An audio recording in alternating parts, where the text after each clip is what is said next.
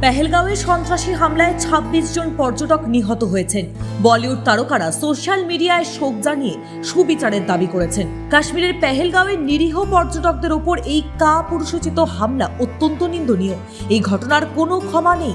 নিহতদের পরিবারের প্রতি আমার আন্তরিক সমবেদনা। ঈশ্বর তাদের শক্তি দিন।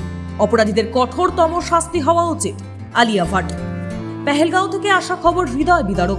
নিরীহ মানুষদের জীবন কেড়ে নেওয়া হয়েছে। পর্যটক পরিবার যারা শুধু শান্তি ও প্রকৃতির সৌন্দর্য খুঁজছিলেন, এখন শুধুই শোক এবং তার অসহনীয় ভার। সিদ্ধার্থ মালহোত্রা। এই কাপুরুষোচিত হামলা মেনে নেওয়া যায় না। আমাদের সশস্ত্র বাহিনীর উপর পূর্ণ আস্থা আছে, তারা অবশ্যই সুবিচার নিশ্চিত করবে। সঞ্জয় দত্ত।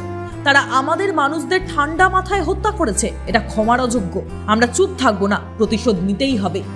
ভিকি কৌশল। এই নির্মম হামলার খবরে শোকাহত। ভয়ানক ঘটনা, নিহতদের আত্মার শান্তি কামনা করি। আল্লু অর্জুন। পেহেলগাঁও হামলার হৃদয় বিদারিত। এই এত সুন্দর জায়গা এবং সদয় মানুষেরা নিহতদের পরিবার ও প্রিয়জনদের প্রতি সমবেদনা সত্যি হৃদয় বিদারক। জাহ্নবী কাপুর। কোনো শব্দ নেই, স্তব্ধ, দুঃখিত, হতবাক। করিনা কাপুর খান। এই খবর হৃদয় বিদারক। প্রার্থনা ও সমবেদনা নিহতদের পরিবারের জন্য। রবিনা টন্ডন। ওম শান্তি, সমবেদনা, হতবাক এবং ক্ষুব্ধ। সন্ত্রাসবাদের কোনো স্থান নেই সভ্য সমাজে। এই গণহত্যাকারীরা যেন কোনোভাবেই ছাড় না পায়, তাদের শাস্তি হতেই হবে। এই সন্ত্রাসী হামলায় গোটা দেশের জন্য একটি ধাক্কা এবং বলিউড তারকারা একত্রিত হয়ে নিহতদের পরিবারকে সমবেদনা জানিয়ে সুবিচারের দাবি তুলেছেন।